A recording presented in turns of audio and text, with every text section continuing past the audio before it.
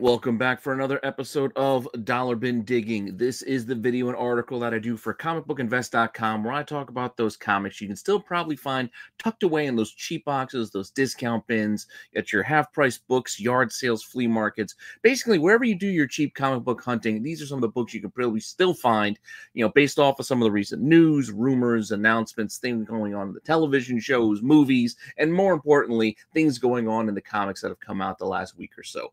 Hopefully you're enjoying this series as well as everything else here on the channel. Please let me know what you think in the comments down below. Make sure that you like, you subscribe, you hit the alert button so you don't miss anything. Keep telling your friends so we can keep growing the channel. And if you want to see this week's books, just hang out for a few seconds and I will be right back.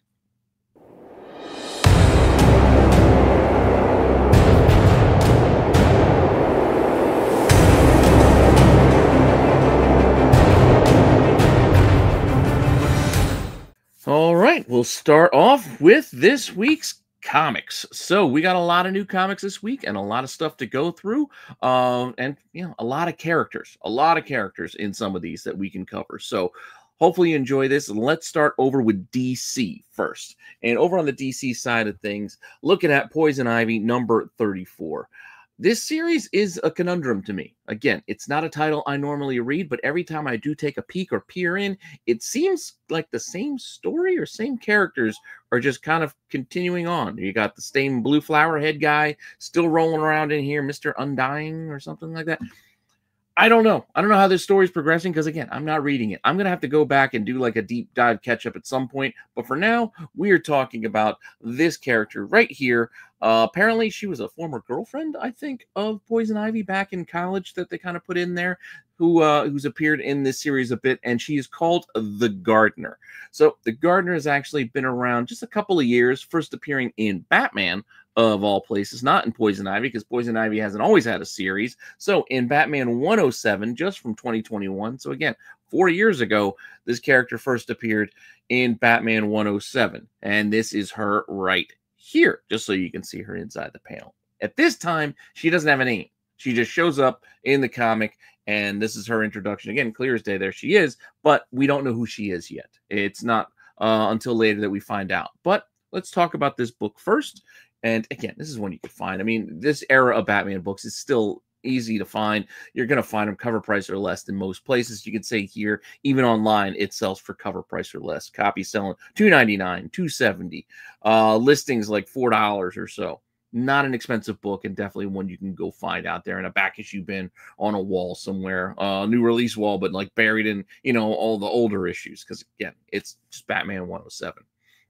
Now, again, that's her first appearing. But she didn't have a name. She didn't get her name until this issue, 2 issues later with Batman 109, so June of 2021. And this is where she introduces herself as the Gardener. So here you go. Please call me Gardener in front of company. So here you got Harley and the baddies, and they're kind of getting along at this point. But this is where she gets the moniker Gardener, or reveals, I should say, her moniker of the Gardener. Again, not an expensive book. I couldn't even find any like recent sales of this thing individually, apart from this one for like $3, and then copies listed for $2.99 and $2.97 and $2.10. You can see there are. Don't forget, at this era of DC, there's all kinds of B covers, etc., C covers options as well. So I may just be showing you the A cover, but there may be other cover options as well. And this is one that does have other options. You can see even the B cover, which she's not featured on either. Could even be cheaper. That said, we're going to stick with DC, but move on to another title and take a look at this week's issue of Birds of Prey. This is issue 22 of Birds of Prey. I've been reading this one lately, thanks to a look-in back on Wednesday Watchlist. I decided to play a little catch-up and take a look back, and I enjoyed it. And I'm really enjoying Batgirl, so I figured, you know what? I can take a look at this, and been reading this one recently as well. Now, in this issue here, we're not got a lot to go into, so I don't have to give you a lot of backstory or backup here. But in this one, you got Barbara going through all of these files, and she's going through the footage, and she goes off a character that Batgirl has faced before, an old villain, if you would, if you will, the Velvet Tiger. Interesting name, but character that's been around a while, and again, a character that has been a thorn in Batgirl's side for ages, going all the way back to 1982. That's right, Detective Comics issue 518. This fun Deadshot cover also features a backup story that has Batgirl in it, where we are introduced to the Velvet Tiger. And again, here you go. This is June of 1982. And here we go, kind of just teasing her introduction. Again, that's her, but like the bigger story comes in the next issue. This is just more the introduction, like page / panel. And you see this is Velvet Tiger here as a sort of a thief that's going to be a thorn in Batgirl's side. Again, it's a classic Deadshot issue or classic Deadshot cover that a lot of folks still like. So it could be a little bit expensive, but still not crazy. And you can also still find cheap copies as we have here. Look, yes, copies can sell for like $9-10, but 3 bids, 1 sold for $1.04. I'll buy it now for $1.99. It was mid-grade. Again, you may not get the nicest of copy in those cheap prices, but same is going to be holding for if you're digging in a dollar bin, you may not get 9/8. So that's what we're looking at here. And meanwhile, online copies could be listed for $6, $8, even $15 or more, depending on condition. Because again, Deadshot is a popular character, and being featured in Batman is a plus. Now, that's all I got for you from DC this week. It was actually a light week from DC as far as releases go. So we're going to pivot to a place we don't normally go on the independent side of things. And let's take a look at the Spawn universe for a minute. And new this week, we've got The Scorched, issue 41. Now, I like this cover, which is why I'm showing this cover. I think it's technically the B cover. But this is not a title I normally read. It just isn't. The Spawn universe is a universe. It's been around forever. And yes, back in the 90s, I did buy it like everybody else did.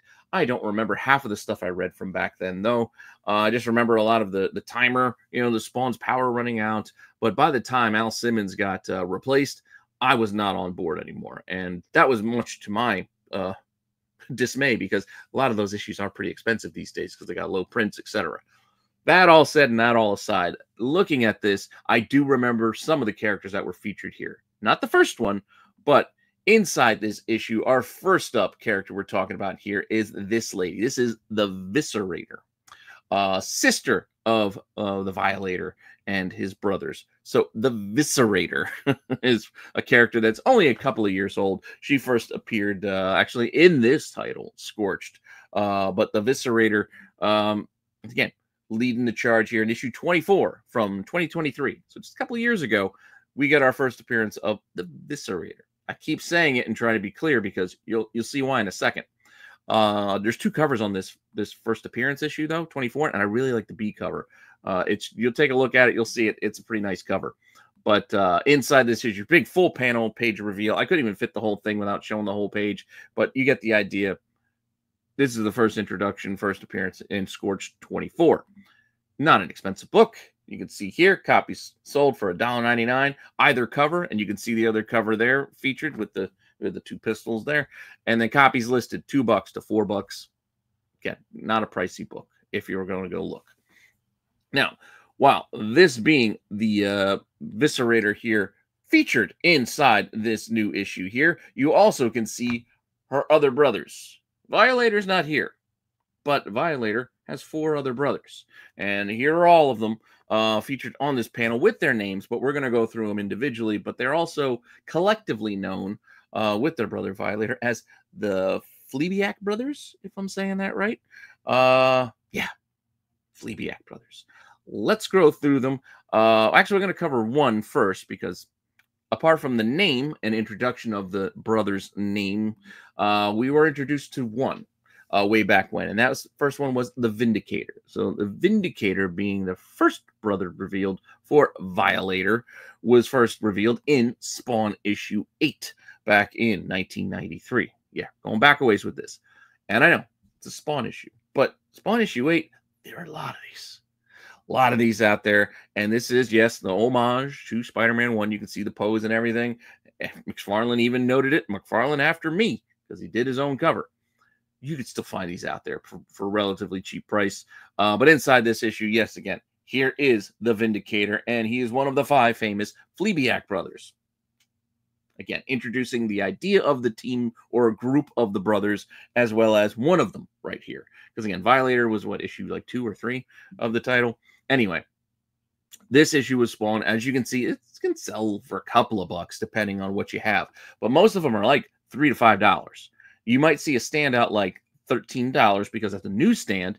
Because once again, Newsstands, there are the newsstand collectors, and yes, they're a little harder to find than some others, especially at this time. But hey, at the same time, you might not be able to get a premium all the time. As you can see on the other side of things, with the copies listed, $3 to $5, with two of those $5 listings, one of them actually is a newsstand version.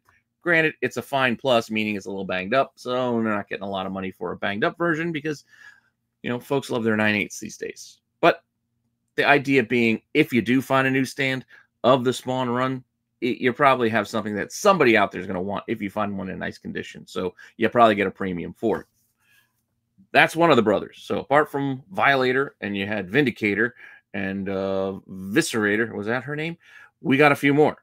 So the other brothers, we had Vacillator with the red eye, looks like a centipede across, almost like one stretched eye, because again, they all look very, very similar. So it's kind of hard to differentiate them amongst themselves. So Vacillator, I think of it, it's got that big stretched red eye. And then we also have Vandalizer, which is more of the big green brutish version of the group. So you got Vandalizer. Again, they love the V's. And then you do have Vaporizer, which has like the green spider eyes and is also a pretty large character in comparison to the others. So those are the other three brothers to go with. I've already lost Vindicator and Violator. So those brothers were introduced in Violator's solo series that came out or started in 1994. So Violator #1, you are introduced to all of the brothers here as they're chasing, you know, Violator down. So there you go. The other four brothers all revealed together.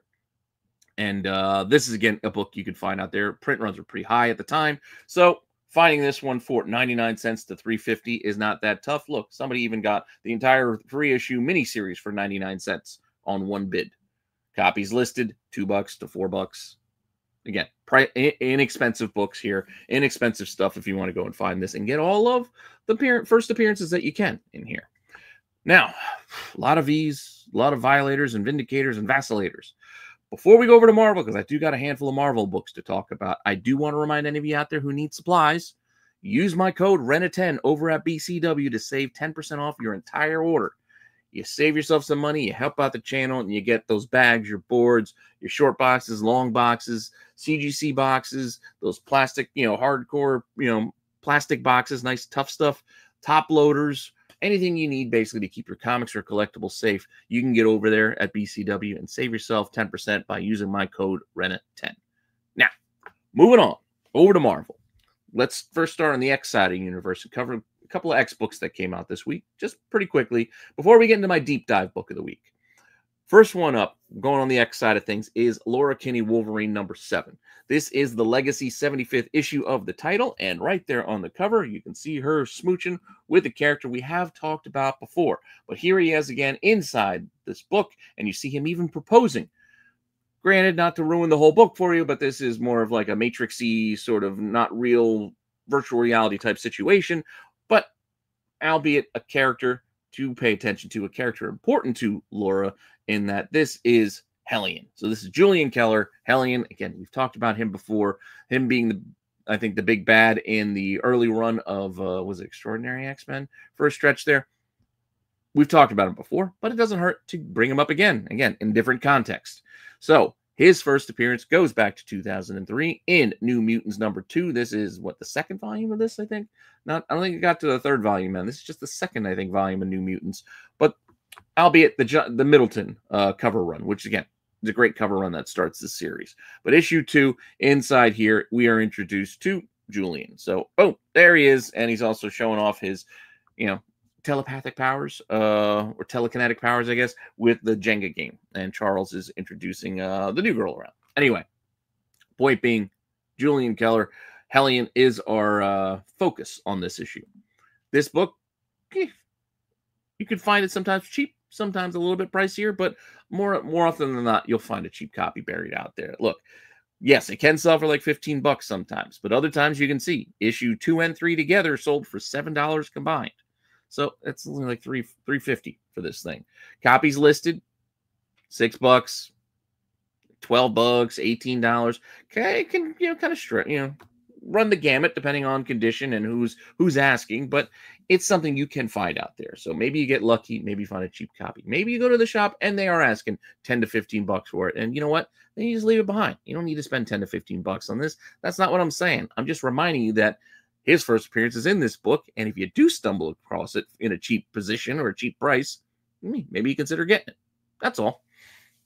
Now, with that said, that is our first X book. Let's go on to the regular X-Men title this week as well, because we did get issue 17 of that this week. And while I'm a little behind on keeping up on the actual reading of this title, flipping through this one, I did see some characters that go back a ways that I think we can go and find their firsts if you want to go and do that. Now, first up, Cassandra Nova apparently has a cadre of some villains sitting around here at this table, including, looks like her brother wearing his Cerebro mask. But here we have this lady right here with a familiar bodyguard, or clone, if you will. This is a character called Astra. Now, Astra's got a long history with the character of Joseph, who we'll get to in a minute, but her first appearance goes back to a Joseph run back in 1999 during the Magneto War in Uncanny X-Men 366. So inside this issue, we get introduced to the idea that she is the, call me mother, because she's the clone creator of Joseph here. So she had a thing for Mags, apparently, and he rebuffed her, so she decided to start making her own clones to, I guess, be with her. I don't know. Weird comic stuff. I don't know what to tell you guys. Point being, 366 is when we were first introduced to her. We'll get more of the story a little bit later, the backstory of why she's doing this, etc. But her introduction is in this issue of Uncanny. So 366, and again, this, you can see these do not go for very much. It was, again, a popular time for the X-Men, so a lot of prints, a lot of copies out there. So finding this for $2 is not surprising. Yeah, copy could sell for $9 here or there. Could be listed for anywhere from $2.99 to $3.75 to $5, a couple of bucks basically, and you get yourself a first. Now, again, the weird cloning and reason behind her cloning aside, let's talk about her cloning of Joseph, because yes, here's one of them here standing behind her, and they're even joking about it in this story. They're like, Joseph 3, 4, with your predilection for clones, I can never quite keep track. It's kind of a strange thing to say, but it's comics. Now, the first Joseph, the first clone of Magneto that we were introduced to and revealed, happened across a couple issues. So I'm going to show both of them so we can just cover both bases and start off first with X-Men. So at this time, X-Men and Uncanny often we're bouncing back and forth as our storylines go, intermingling amongst each other. So September 1995, we have X-Men with, yes, the focus on the cover is the X-Babies, and people love that, and you got the whole homage cover, etc.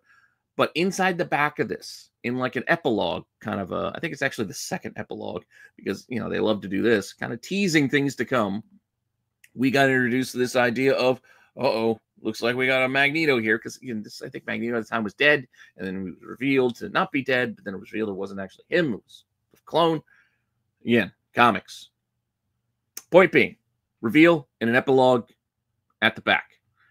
This book, also, similar time frame, not too hard to come across. Copies could sell for $2 to $3. Copies listed $1.23, $4.99, $6.89. It's cheap stuff. That's the point.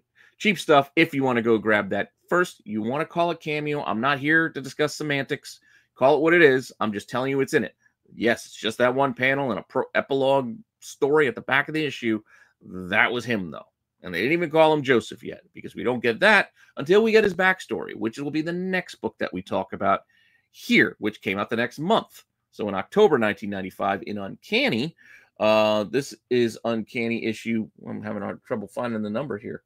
Where is it? December 327? There it is, 327. Sorry. This is part of the Joe Mad run, which I did enjoy.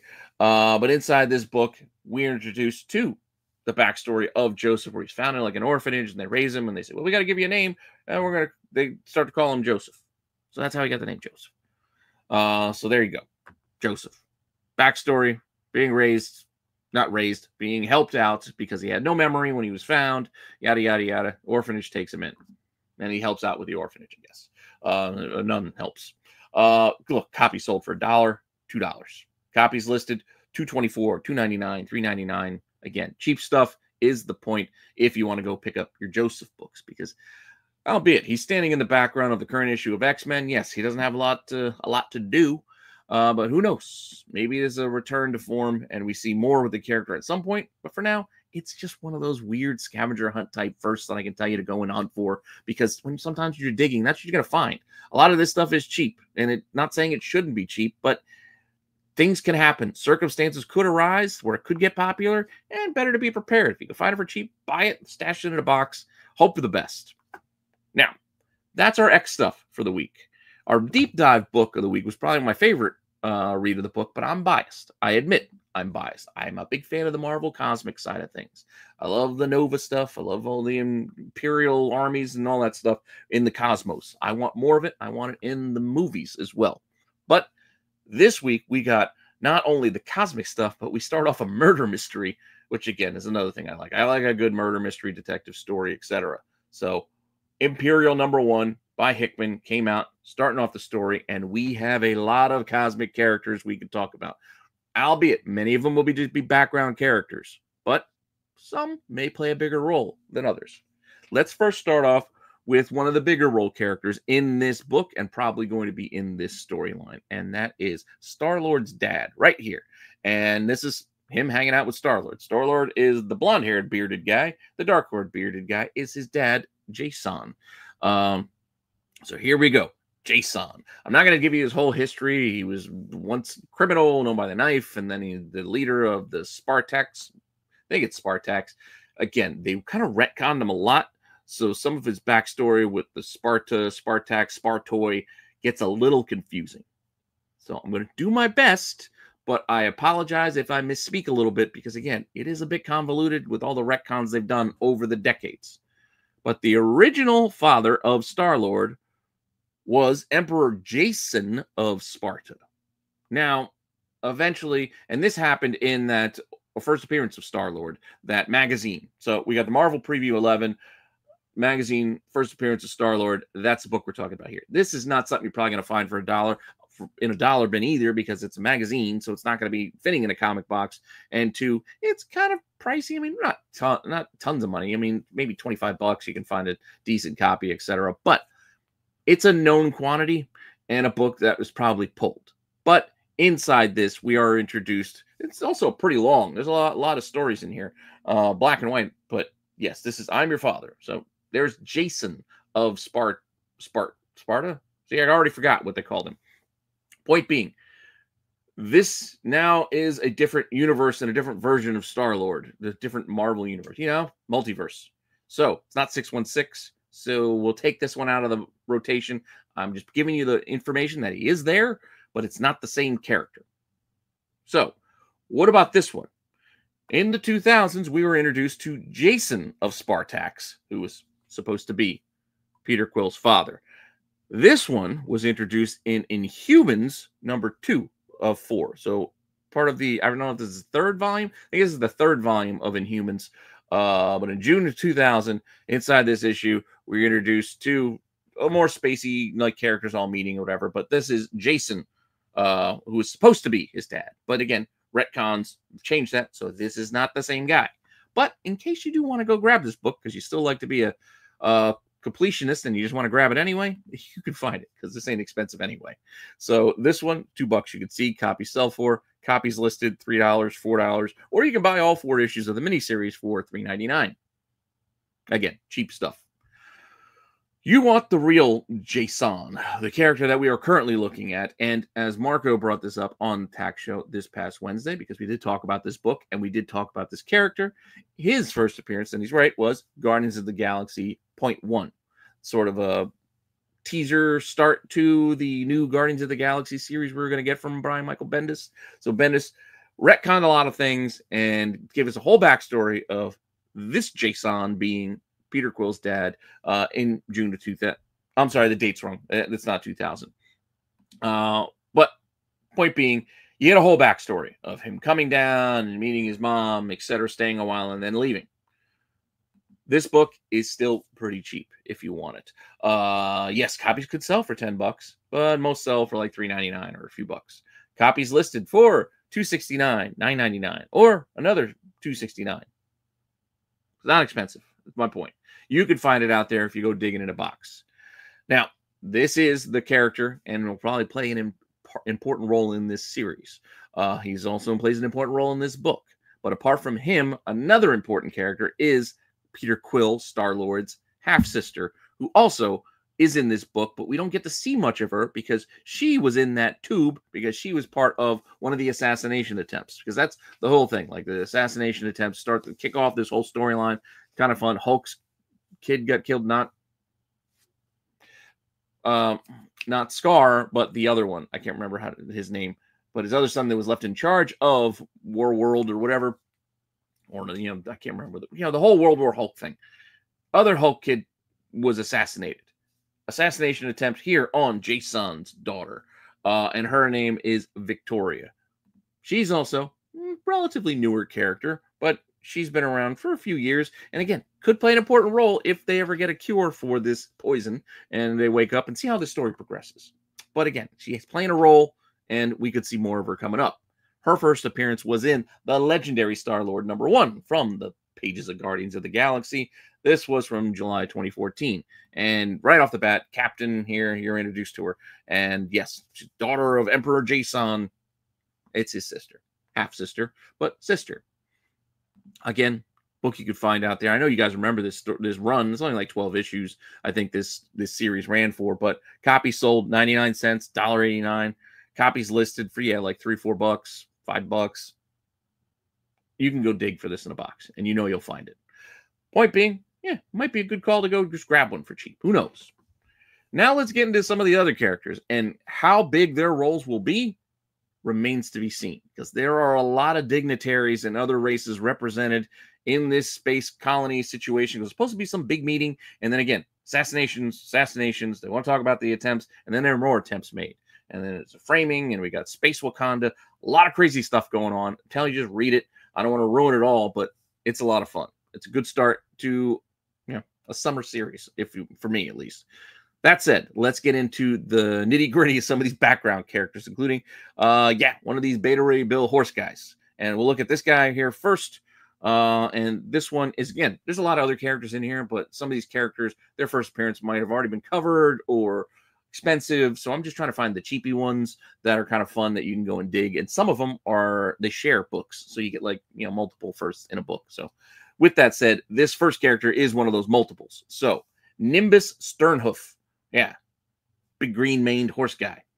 He first appeared in this, semi-recent issue of Guardians of the Galaxy. I mean, it's from 2020 when Al Ewing was doing the Empire storyline. And Empire, we were introduced to a lot of other empires and other characters. Here's an example. This book in particular shows a lot of other characters, and here's just a panel that shows 3 of the, again, dignitaries, and some of these being first appearances, like Nimbus Sternhoof. Now, I mentioned this book because we're going to have a few more that I can go back to Imperial to point out. Going back to Imperial, and again, they might show up in other spots in the book, but this big panel that shows a lot of them at this meeting is a good spot for me to just kind of show you a bunch of them. But here, in the bottom kind of front row, I'm going to zoom in on here for you so you can see him better. We got this guy. This is another character that shows up in that Guardians book. This is Peacebringer. And Peacebringer, again, first appeared in that same Guardians of the Galaxy #7 book, that from 2020. So in a similar type panel at this meeting, we got Peacebringer. And then you see Novar and Klart, who was Super Skrull. You remember the Super Skrull? And Super Skrull is in Imperial right now, too.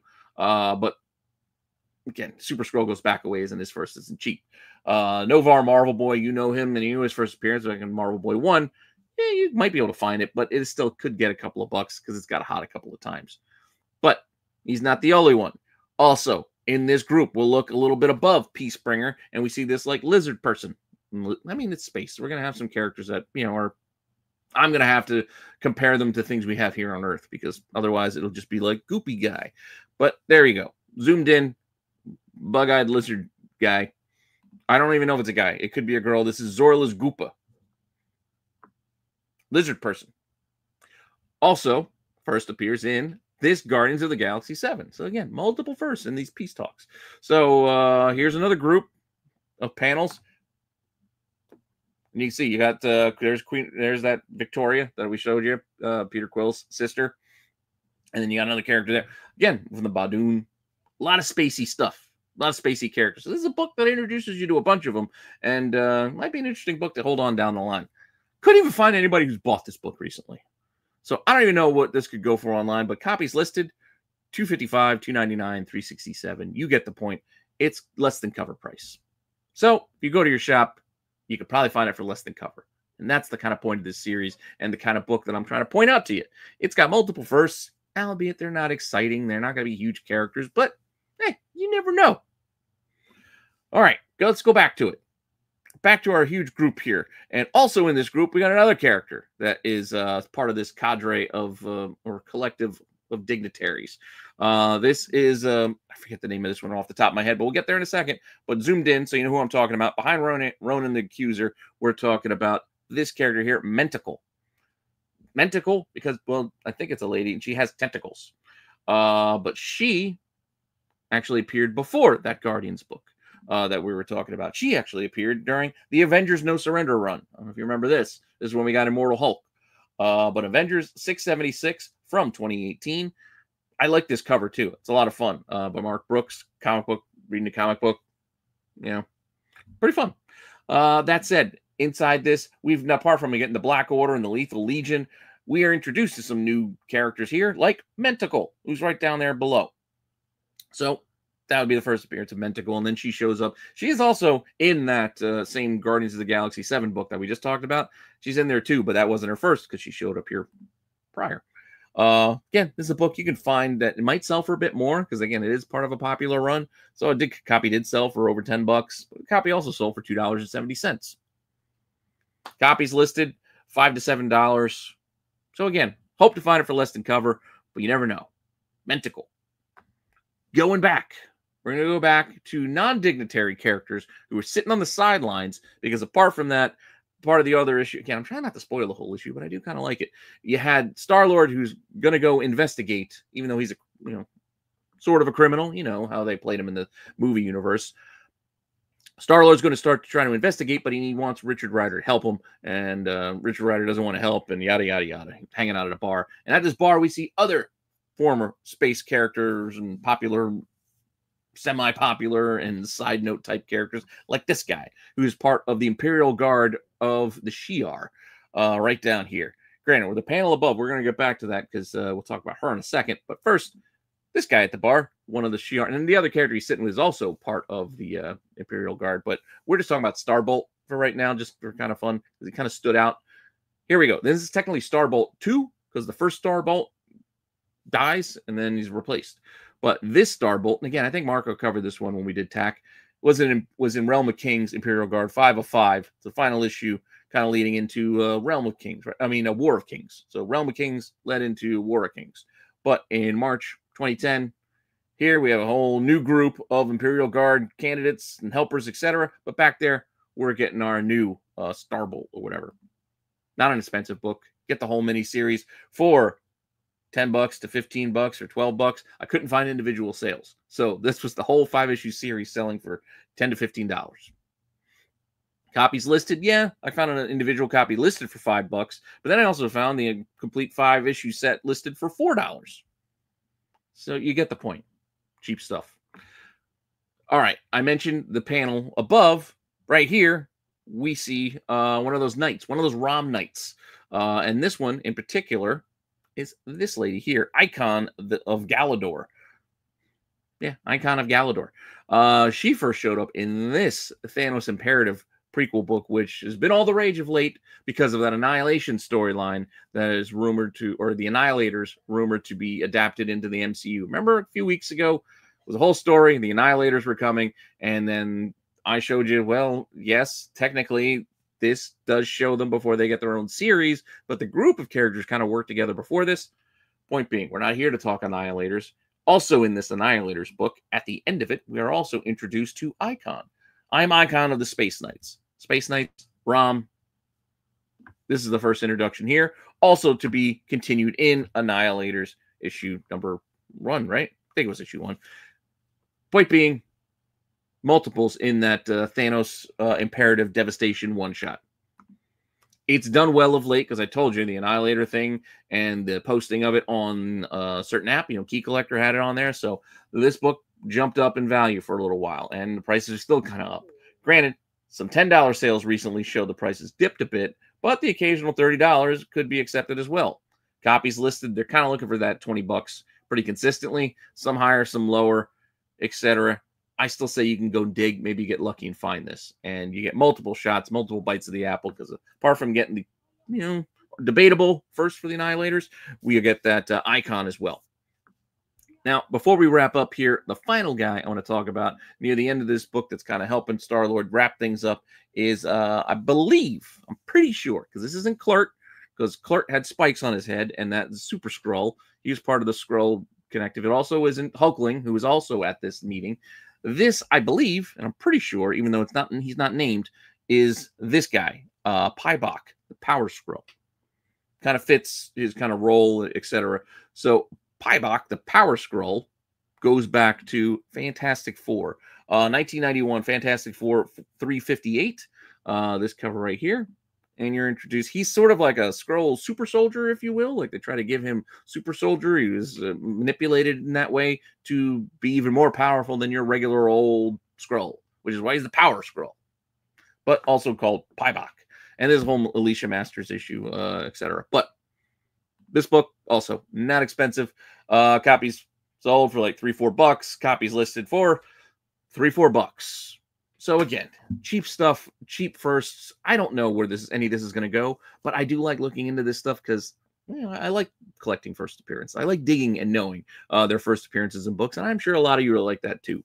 And that's the whole point of why I'm trying to do this, to give you some more information. So when you're out there digging, you know what you're looking at, and maybe you find some stuff or you don't pass it by, and you go, you know what? It's $1. Let me go grab this. Maybe it's $2. Maybe it's $3. You make the call. But the point is, cheap stuff that you can still find that ties into the stuff we're reading here today. Now, with that all said, I want to thank you all for stopping by and checking this out. Hopefully you enjoyed that. Hopefully you're still enjoying this series as well as everything else here on the channel. Please let me know what you think in the comments down below, and I'll be back soon with some more content. All right, later.